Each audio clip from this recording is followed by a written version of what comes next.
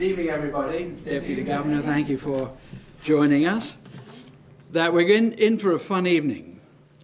It started off very well with Peter's comments. Thank you, Peter. But we're going to divide this talk into a couple of sections, which I haven't done before. When Peter kindly invited me to speak at the Tucker House, I didn't get shot for what I'd written. People seemed fairly friendly because this is a book which is controversial. A lot of Bermudians believe what they want to believe of stories that have been written, but I've uncovered a few things that are very interesting, which I'll touch upon a little bit later. And so to start with, what I'm going to do is to just mention a couple of interesting things. Does anybody speak Bermudian here? Hands up, anyone that really can speak Bermudian. All right. Well, now, when I was trying to get the title for the Gunpowder Calypso-ish song, which you will hear later, nobody came here to listen to that, I'm sure, but it is going to happen with Michael Casey, who is going to sing it for us, and he's done a wonderful job with the music. But in trying to get the title for the song, I thought, should it be Verdi Gunpowder Gone? Or should it be Verdi Gunpowder Gone 2? Or should it be Verdi Gunpowder 2? None of which, of course, has anything to do with grammar, but at the same time, the real Bermudians would prefer, no doubt, Verdi Gunpowder 2. However, I finally decided to call it Verdi Gunpowder Gone.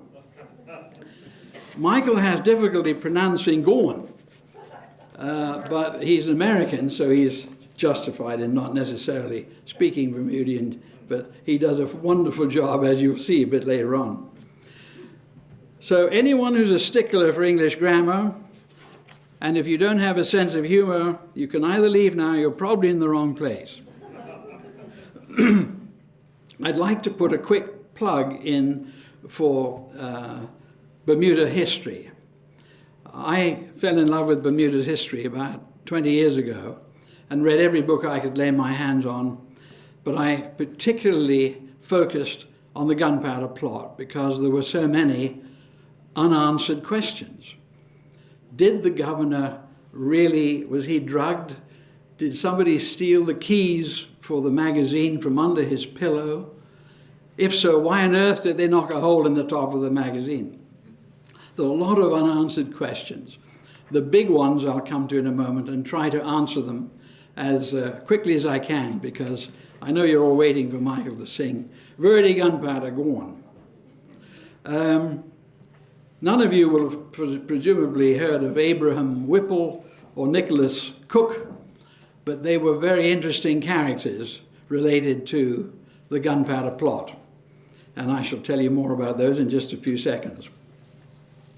I want you first, please, to look at, let me see if I can arrange this thing. I've got to press one of these things. Here we are. All right.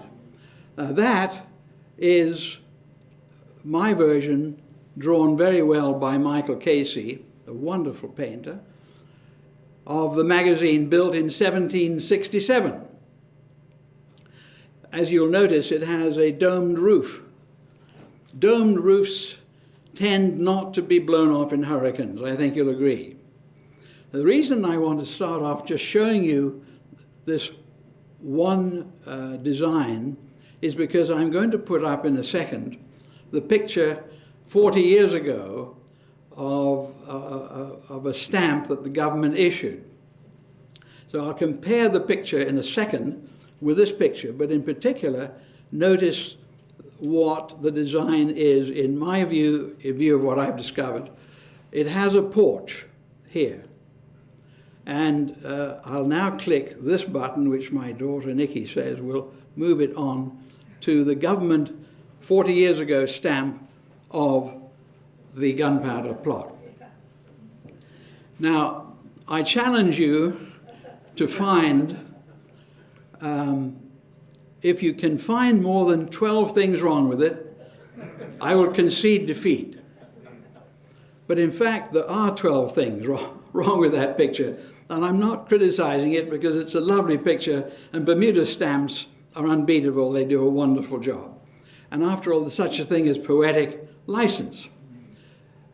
You'll notice the amazing, in view of the fact there was no electric light or flashlights, it's quite amazing how this inside of this gunpowder magazine is all lit up, as you'll see.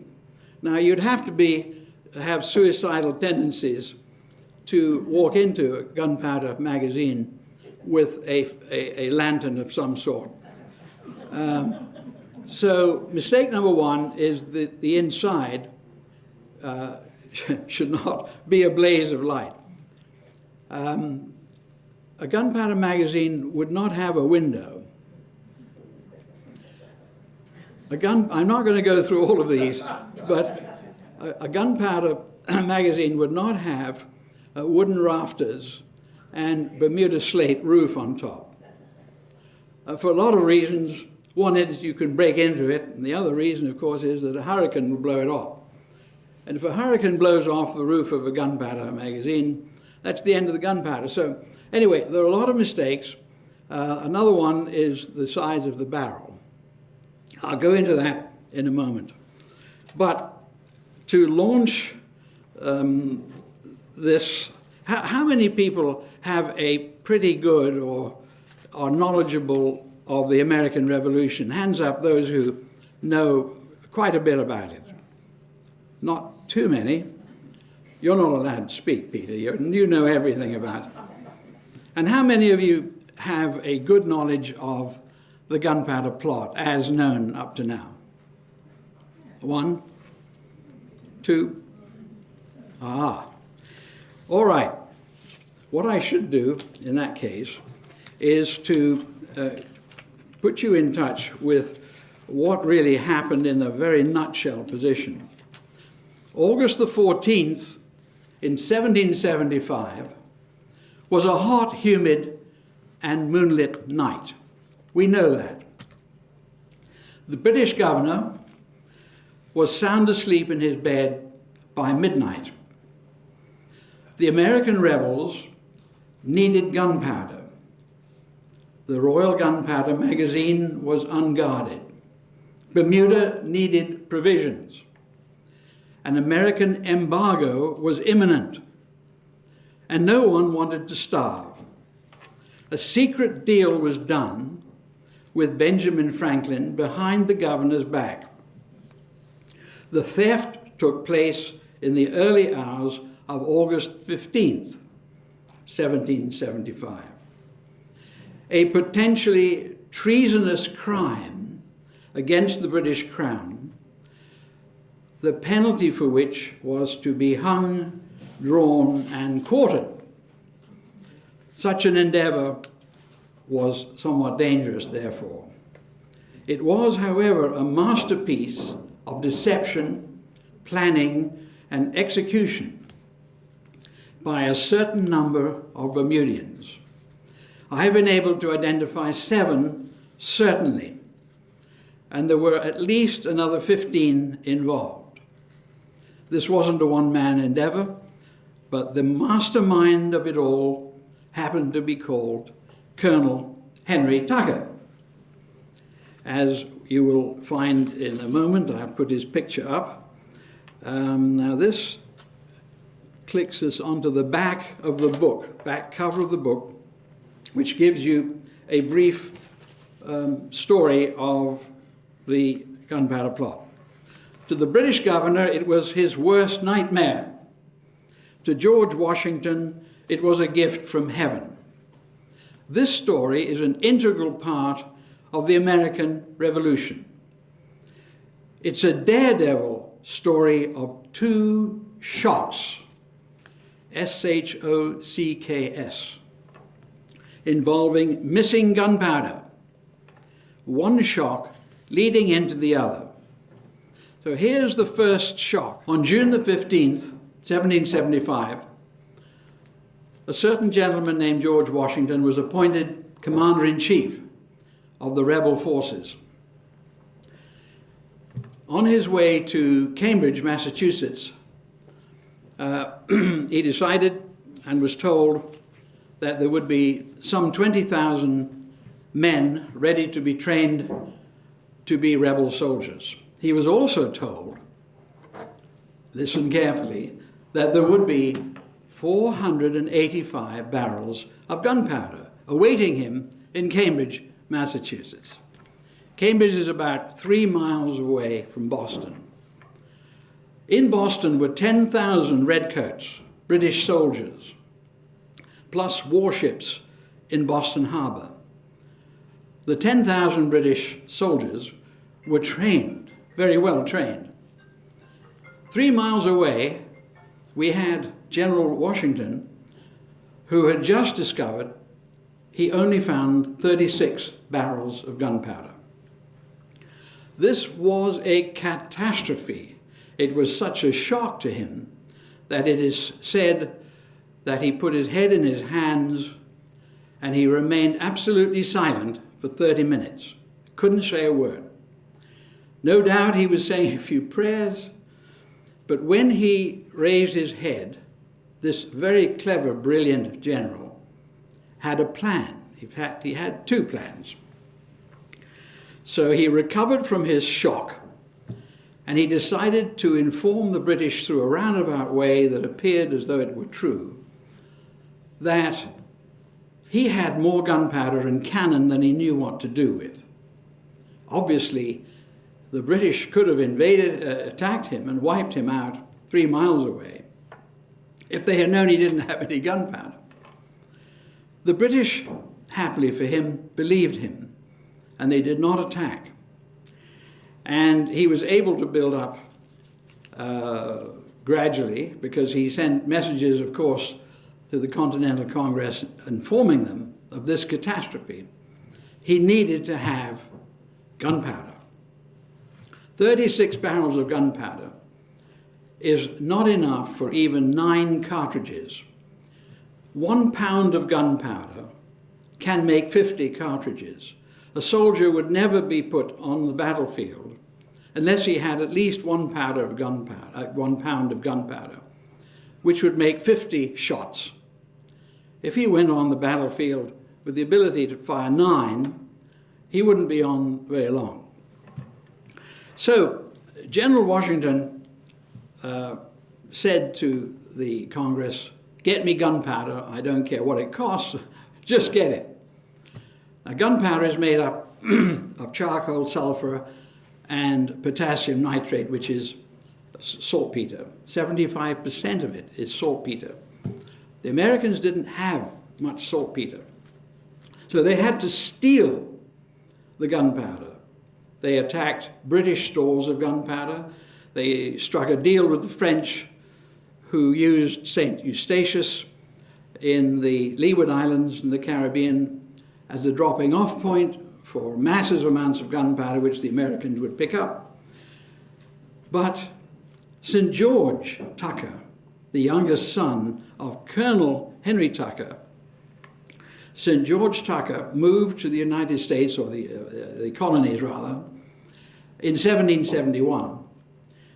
And his father, Colonel Henry in Bermuda, told him, "Make everyone you know of influence aware of the gunpowder at Bermuda. There are 100 barrels. Tell them there are 100 barrels waiting to be stolen."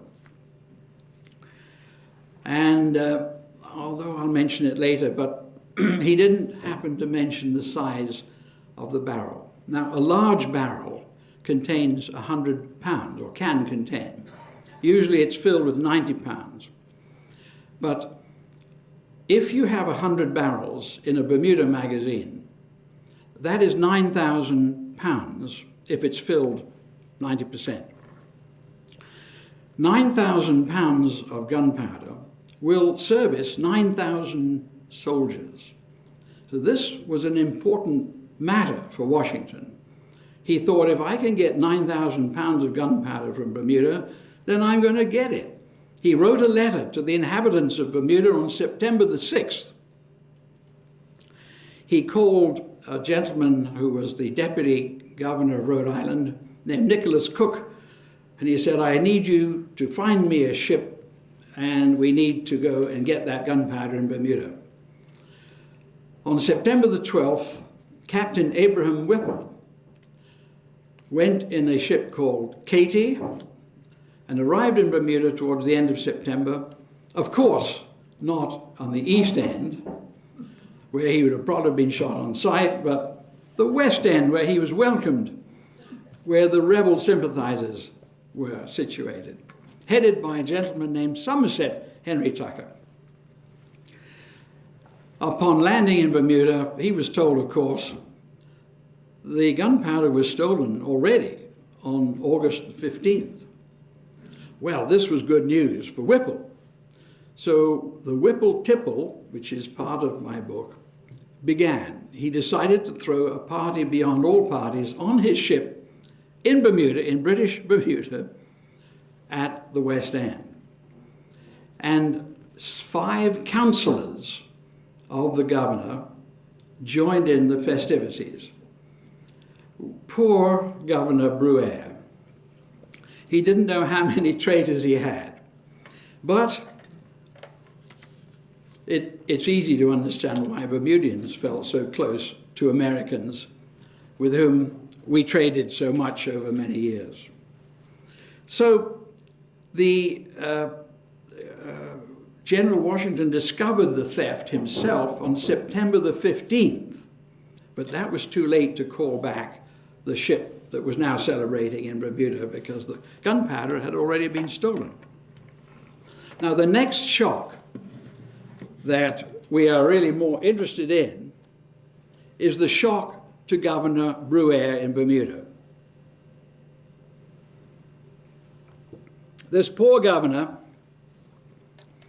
had problems upon problems. He meant well, he was loyal, he tried everything possible to help Bermudians, but he was faced with a clique of Bermudians who just really were out for themselves, bottom line. He called them land-lazy Bermudians, and certainly they did everything to make his life miserable, culminating in the theft of the gunpowder from the gunpowder magazine. That is Governor Brewer. Now you'll notice he has a red nose. Can you see that far, Peter?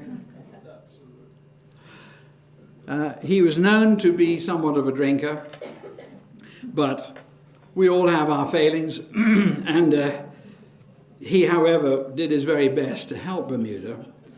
But the Bermudians, to support their side of the story, were facing the possibility of starvation if the embargo of September the 10th were not lifted. So Colonel Henry's objective was to get the Americans to lift the embargo, which was going to happen on September the 10th. How could he make the Americans lift the embargo? Because the Americans didn't want to deal with any British territory. But Bermuda relied upon the US, or America, for food and provisions. It's a long story that I can't go into because there are so many other bits I've got to touch upon. But Colonel Henry was a very clever chap. And he managed to put together a deal with Benjamin Franklin so that 2 ships would be waiting off North Rock to receive gunpowder which would be stolen by Bermudians. The Bermudians tried to get the Americans to steal the gunpowder with help from the Bermudians. But Benjamin Franklin was a little bit too smart, and after all, he held the trump card. So he told Colonel Henry Tucker, you are going to show your support for the American rebels, and you are going to steal the gunpowder. And if you don't, the deal's off. So that's how it happened. These 2 ships were placed strategically off North Rock. Why off North Rock? There have been all sorts of questions as to where the gunpowder was actually placed on the American ships.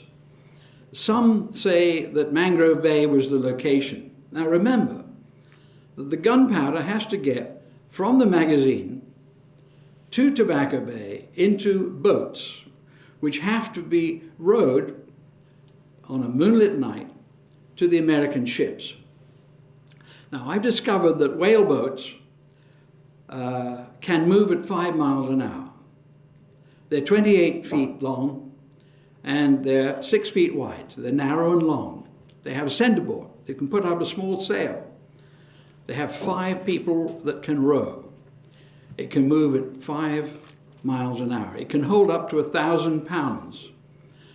So the long and the short of it is that to go from Tobacco Bay to North Rock would take whaleboats about 2 and a bit hours, whereas to go from Tobacco Bay to Mangrove Bay, 20 miles away instead of 10, would take them double that. Now, they had 5 hours to steal the money and put it on the American ships, who had to leave. No good the American ships hanging around in the daylight hours of the 15th of August. So the second shock was Brewer waking up one morning to find the gunpowder had been stolen. But let me get on to the next. The reason for putting this up is simply to draw attention to the unanswered questions at the bottom. One question is, was it treason? Well, it's open to some doubt, but there's no doubt it was a crime. Governor Bruere did not call it treason. I haven't seen that in any writings. He did call it an audacious crime, a heinous crime, in fact. And I'm sure if he'd ever caught Colonel Henry and the others, they would have been hung regardless of whether it was treason or a crime, because his life changed, Bruere's life changed with the theft of this gunpowder. He died in 1780, a broken man, and the problem was the theft of the gunpowder. August the 15th, the gunpowder was stolen.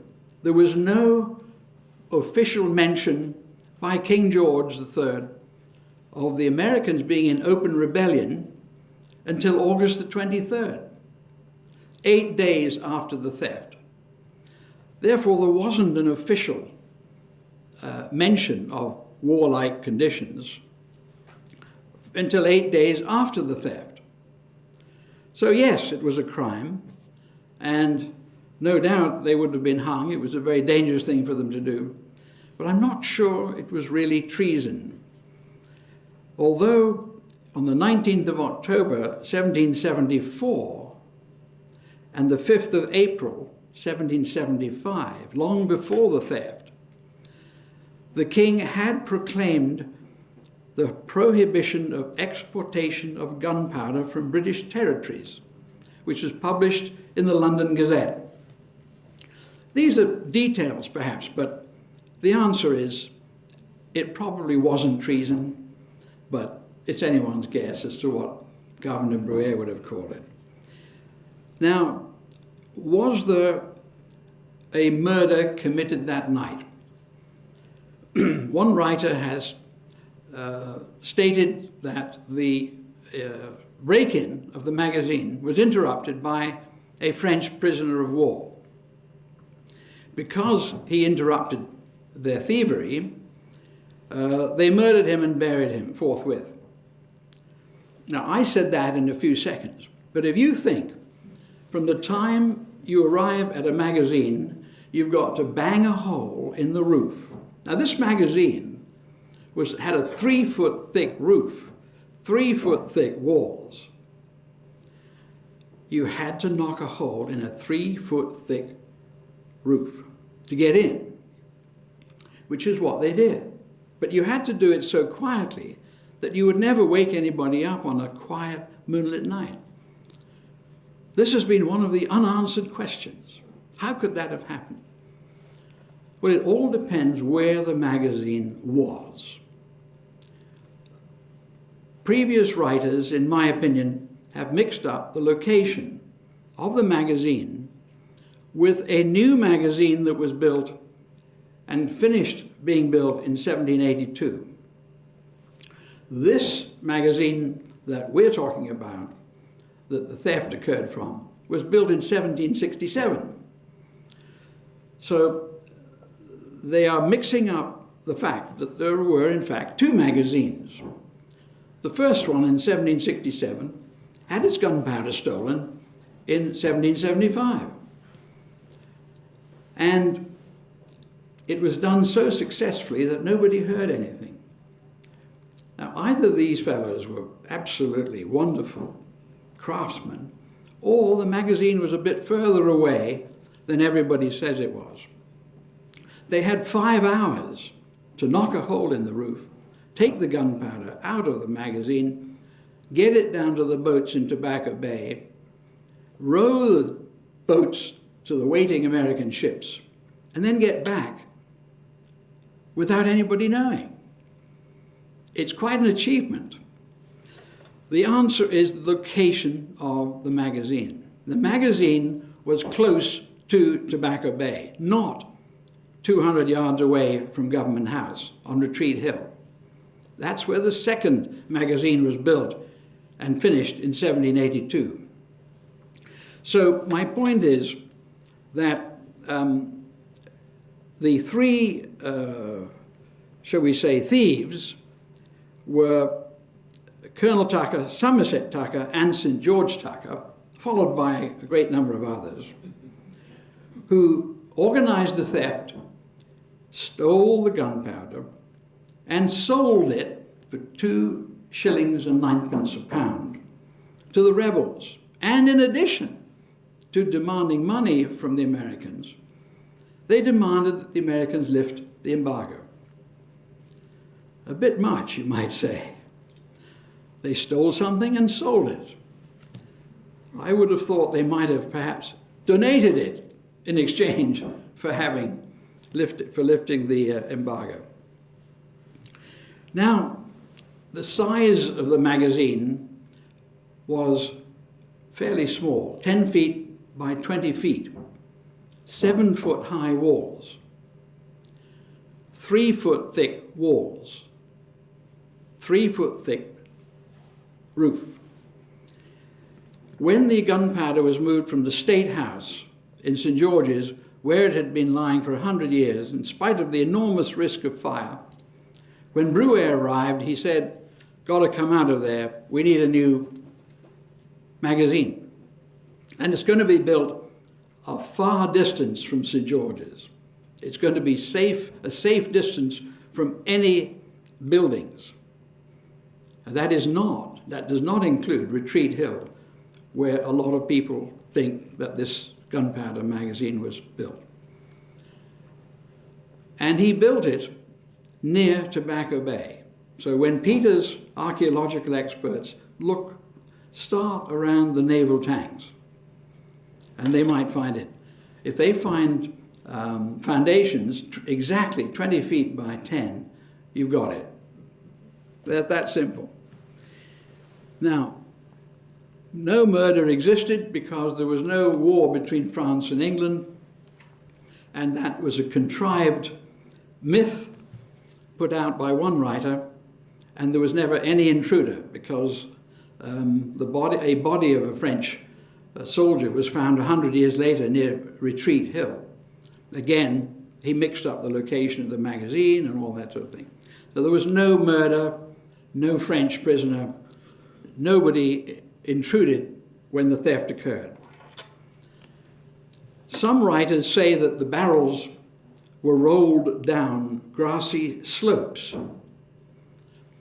Now, if anybody knows anything about gunpowder, and if anybody knows anything about St. George's, if you think of rolling a large barrel over some rocky, bushy, up and down terrain in the middle of the night, then you have to have a few marbles loose. These barrels, I have established clearly, mathematically, were a quarter barrel size. That means 25-pound size. They held 22.5 pounds of gunpowder each, and they were called kegs, K-E-G-S. Now,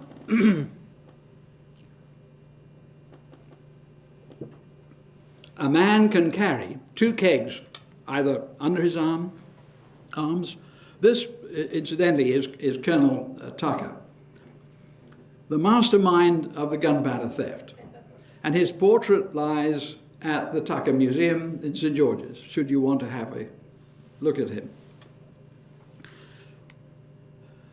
We've talked about this very interesting magazine. It is designed by Michael Casey. Thank you, Michael. And thank you, Anne Sperling, who is here as well, who took a lot of pictures for my book very, very well and capably. Thank you, Anne.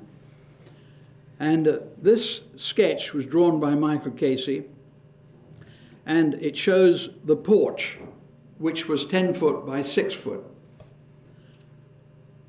We have decided, or I have decided, that it was sensible to have, or it would have been sensible to have the magazine raised off the base.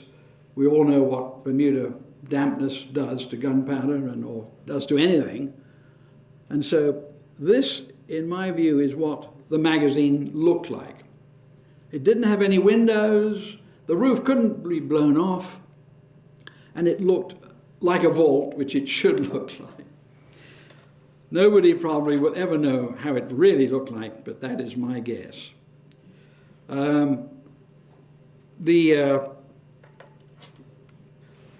This picture shows you very badly Tobacco Bay, which is there, and it shows you somewhere here. I think that's probably the rectory. Peter, do you think that's the rectory? I think so. Probably. So that's where Government House used to be. Now this is drawn to scale, unlike many drawings that exist about the location of the magazine.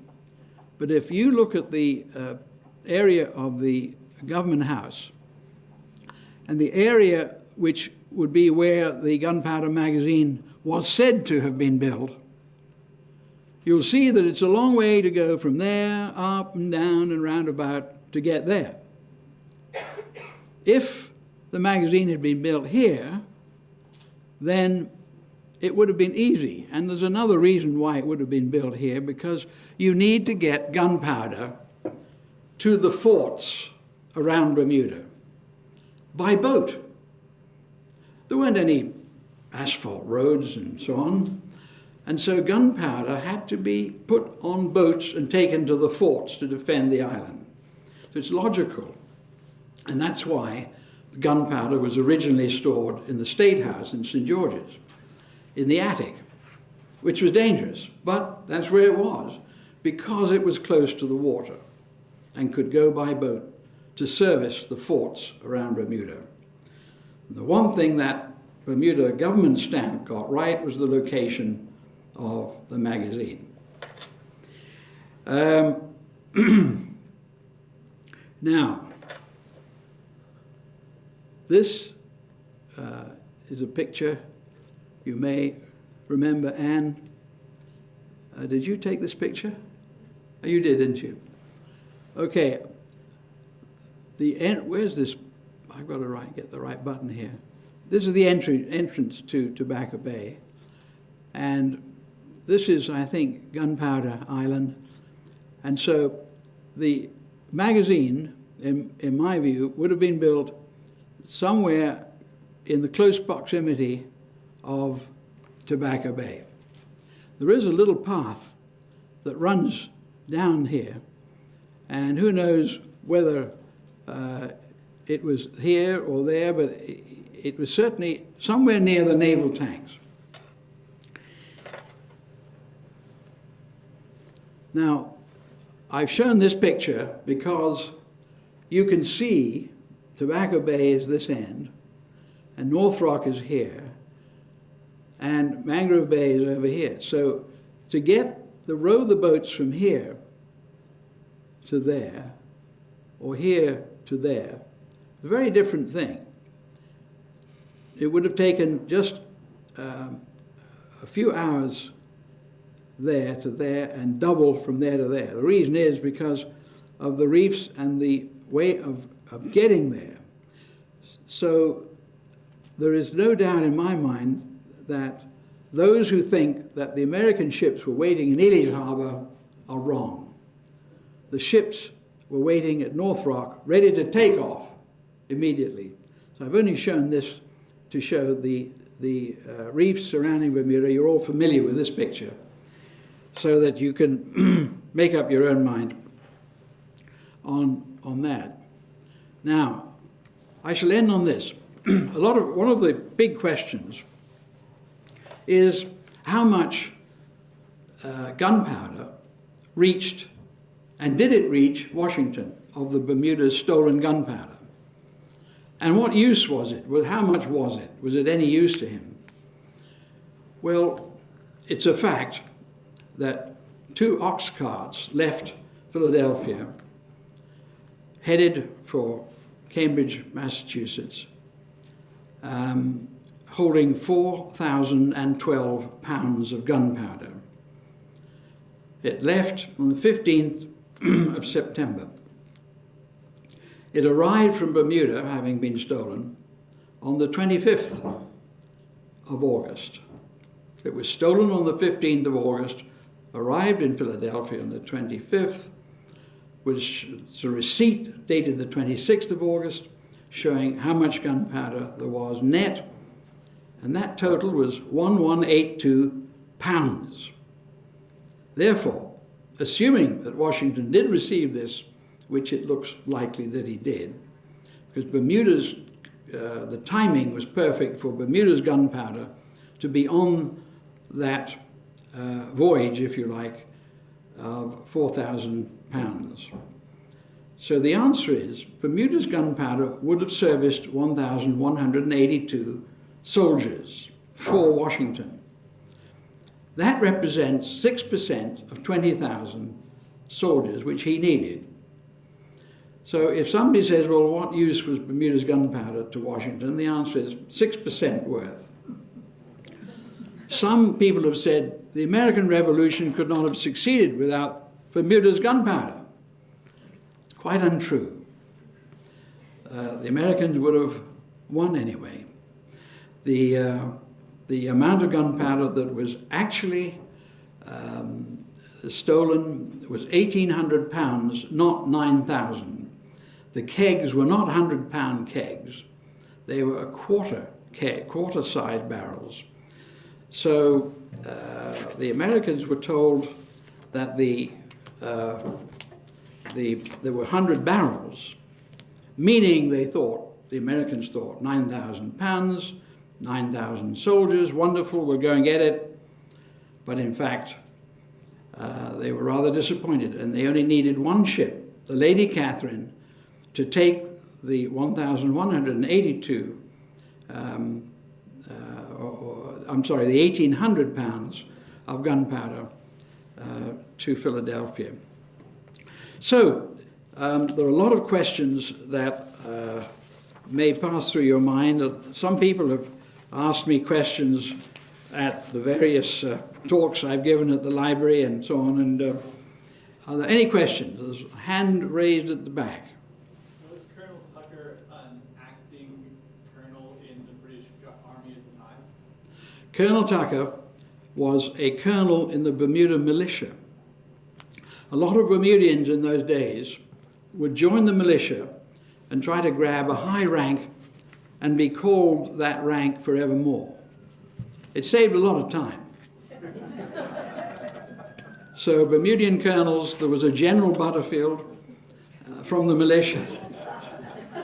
I don't know how many troops General Butterfield actually controlled, but the Bermuda militia was on the small side, and in fact was not allowed to exist at all by the members of Congress over this period in particular, where there was no keeper of the gunpowder magazine. That's why it was unguarded, because the Bermudians who comprised the Congress and the councillors refused to finance the payment to the keeper of the Gunpowder magazine. So the answer is, he wasn't a real colonel, but he liked to be called colonel, and was evermore called colonel.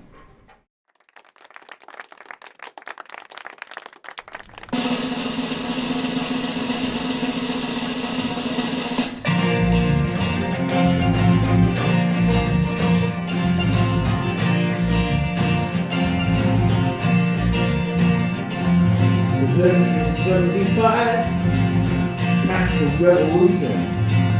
If everything is gunpowder, that's the best revolution. Walking in the gold across the fashion enemy. The gunpowder is nowhere. What a catastrophe.